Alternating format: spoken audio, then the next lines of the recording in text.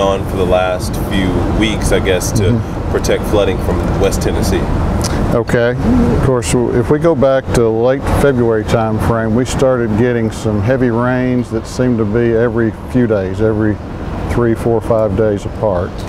And they were hitting the entire Cumberland Basin all the way from Barkley Dam, where it enters the Ohio River, all the way up through Nashville and up into eastern Kentucky. And so the way our system works, we have storage reservoirs where we can capture water and hold it back. Projects like Wolf Creek Dam, Dale Hollow, Center Hill, and then here close to Nashville at Percy Priest. So we've just kept accumulating water through this series of storms as we've held that runoff back from the Cumberland River, so then any flood crests, you know, along the Cumberland just really didn't have an opportunity to build. And so it's kept the river below flood stage. It's, you know, we really haven't even gotten very close to flood stage. But in the process, we've stored a lot of water. And then here more recently, just within the last couple of weeks, the emphasis has shifted, and it's what can we do to help out on the Ohio River and the Mississippi River.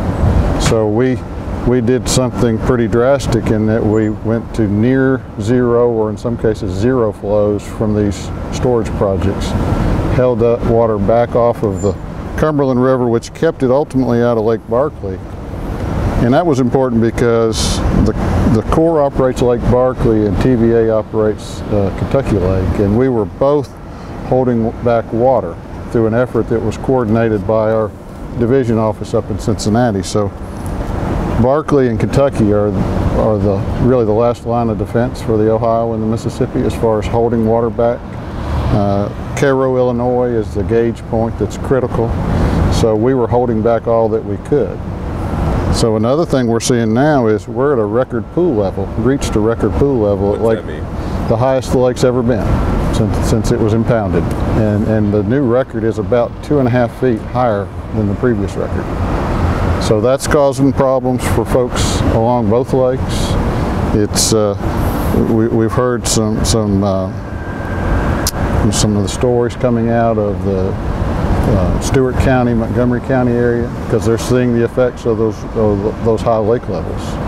Now the good news here is we crested last night at Lake Barkley, and so we're now going to start the process to come down. It'll be gradual at first, but if the conditions remain favorable, rainfall-wise, we'll recover that storage fairly quickly, within a matter of, you know, a week, 10 days, 2 weeks, something in that time frame. So I know it's starting. Too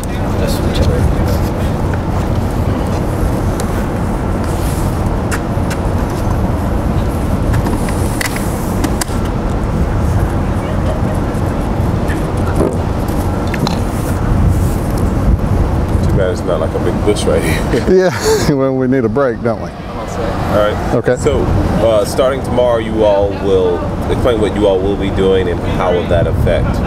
Okay. We actually started the process to recover the flood storage capacity in these upstream projects yesterday with some releases at Wolf Creek Dam, and then we started that at noon yesterday, and then we made another increase at midnight last night, and then at Percy Priest at noon yesterday we started making releases there. This morning we've made releases from Dale Hollow Dam, and we've made another increase during the day, and we'll make another one this evening. We'll start that process tomorrow at Center Hill. So the end result from all that is we're going to put a lot of water into the river. So we're going to have to watch that closely, and we're going to see river levels in Nashville rise even without rainfall. It'll be a significant rise from what we're seeing now, but not to a level that's threatening. It's not going to reach action stage. It's certainly not going to reach flood stage from these actions. But we'll watch it closely because we never know when it might rain again, and we need to be ready for that. So yeah, and that was my question for a lot of people. You're holding back the water to protect West Tennessee, but I guess some people will think, well, how does that affect us? So at this point, people should not experience any flooding. Correct. Correct. Yeah. We're just going to see, and it's going to take a while because we've held a lot of water back. We were doing it initially, certainly for the Cumberland system, but more recently for the Ohio and the Mississippi. It may take well into June to bring the level back down at Wolf Creek. Likewise at Center Hill. We can get there a little quicker, maybe by the end of the month at Dale Hollow and Percy Priest. If we stay fairly dry, we'll get our levels back down in just a couple of weeks there. And so, like, if you had not been holding back the water, explain what it would have been like in West Tennessee, in the Memphis area, where the Mississippi River, I'm told, is flooding some parts of that town. They're seeing record flood levels. They've seen record flood levels along the Ohio River, and this is breaking the record set in 1937. And the Mississippi is going to see some of the same. So we held back a lot of water here, and it's going to have lowered that, as bad as it is. You know, and we experienced that, of course, just last year. As bad as our flooding was, the projects were able to lessen that magnitude, and now our system's being put to work to try to do what we can for the Ohio. And so we'll see somewhat of a reduction in the ultimate flood stage. What that number is, I just don't know at this point. But it will provide benefit to those folks. And if we hadn't held this water back, conditions in West Tennessee could have been worse? Worse, and we would have had flooding conditions on the Cumberland. Had we not been holding this water back, we'll have to go in and do the modeling to tell us just exactly where we would have gotten. But I would imagine that from some of these rains, we would have gotten very close, if not reached flood stage in Nashville, had this water not been held back.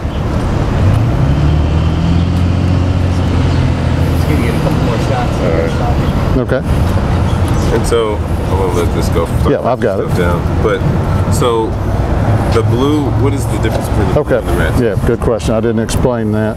The blue is a sort of percentage of volume remaining in the lake, and the circles, they're all different sizes. So they're sized to represent the relative volume that lake holds. So Wolf Creek Dam, which impounds Lake Cumberland, is by far our largest project, and so it's got the big circle. Where Cheatham, the river through downtown Nashville, relative volume is very small compared to these upstream storage projects. And so you can see from the red how close to full Dale Hollow is. There's still plenty of room in Center Hill, but Percy Priest is pretty close to full. Right. No problems on the main river all the way down through Cheatham. Now at Barkley, so where did they, it's quite all full. Three of the Cumberland, the Ohio, and the Mississippi, where do they all meet? Well, a certain city? Not necessarily a city. The Cumberland River enters the Ohio River at Smithland, Kentucky. And then the Tennessee River is going to come into the Ohio River in the Paducah area. And not too far after those two rivers join the Ohio and the Mississippi come together. And that junction's at Cairo, Illinois. We've heard quite a bit about Cairo lately because so much of the operations trigger off of the river stage there. So the Cumberland goes to the Tennessee? The Cumberland goes directly to the Ohio. Okay, Cumberland to the Ohio. The Tennessee River is the largest tributary stream to the Ohio River, and the Cumberland is the second largest. So these are very important rivers when you're looking at the operations there on the Ohio. So I guess that's the area of main concern right there. This is where the heaviest rainfall has been, and we can provide this graphic to you folks digitally if that would help. Lee can make that happen. But they've seen in excess of 20 inches of rain up in this area just in the last 30 days. And by comparison, we've had heavy rain, maybe more in the 6 to 8 to 10, a few isolated areas of 12 inches, which is why we've accumulated so much water. But compared to what's going on here, it hasn't been as severe in the Cumberland Basin.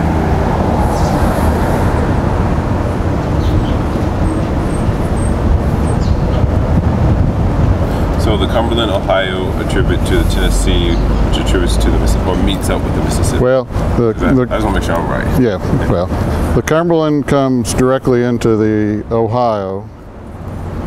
There's about a 30-mile reach of river, and it comes in here at Smithland, Kentucky, into the Ohio, and the Tennessee River comes in at Paducah. So now the Cumberland and the Tennessee, there is a direct connection, which is interesting in that right here, just a mile or so above Barkley and Kentucky dams, is an unregulated canal.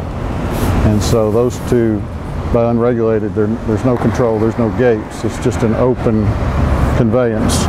And so when we make decisions to operate on the Cumberland River, and TVA is doing the same thing on their system, on the Tennessee River, they're very much coordinated so that we keep these two lakes in balance.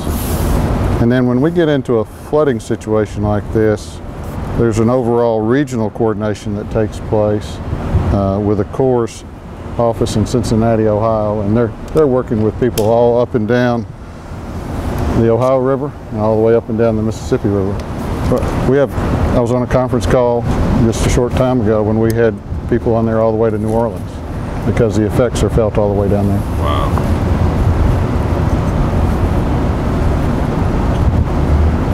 So when we had our flood, all of these dam or the reservoir, they were all full, or they were? Well, that's a good question. You know, every rainfall event, every flood is going to be different. And in ours, so much of the heavy rainfall sort of came up this direction. And water that falls around Cordell Hull Lake, Old Hickory Lake, and Cheatham, by the river through Nashville, is what we call uncontrolled. There's no way to hold that water back. It's going to come directly into the Cumberland River through Mill Creek or Whites Creek or Browns Creek or the Harpeth. And so there was a lot of uncontrolled runoff, which led to the Cumberland River rapid rise, where if it falls behind these storage projects, we can capture it, hold on to it, let that uncontrolled flow pass through, and then release it in a controlled manner. And that's what we're doing this time. You know, a lot of the heavy rain did fall up behind our storage projects, so we were able to put them to work, hold on to that water, but now it's time we got to get rid of it. So we're going to release it again in a controlled manner, not to cause any flooding, but we will see higher river levels. The water will be up on that lower level of Riverfront Park probably for a good while. I mean, it certainly isn't going to come up and get in the grass or anything, but it'll cover that lower area. So we could see some high levels, but nothing for people to worry about it. Right, yeah. And you said the Percy Priest is about 18 inches above? No, let's double check, make sure we got the right number here. Can you hold that just a second? Yeah. Thanks. It will be in feet. Let's see. Or I'm sorry, 18 feet. Well, let me just give you all of them. Wolf Creek is about 45 feet. I looked back on where we were on February the 24th, which was just before the rain started. We're now about 45 feet higher at Wolf Creek. Then at Center Hill, we're about 31 feet higher. Higher than we were in February. Okay. So that's how much it's come up. You said how many in Center Hill? I'm sorry. 31 feet. Dale Hollow, that rise has been about 16 feet.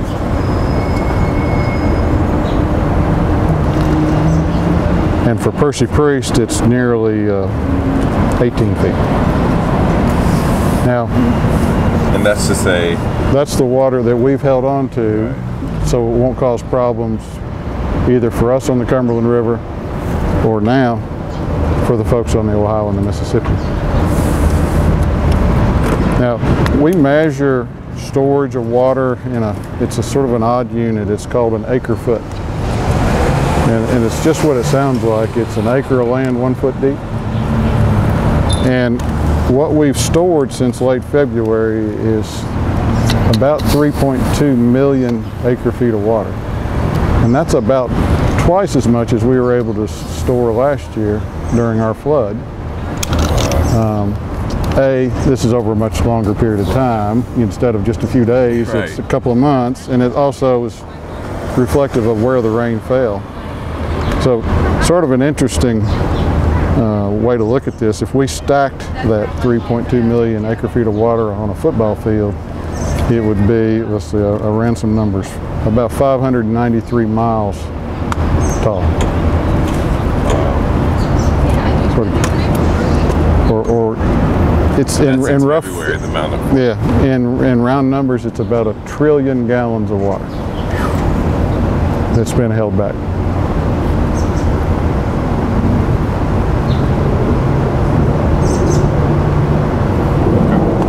that helps. All right. Thank you so much. I appreciate it. And if you have any follow-up questions, you've got my number.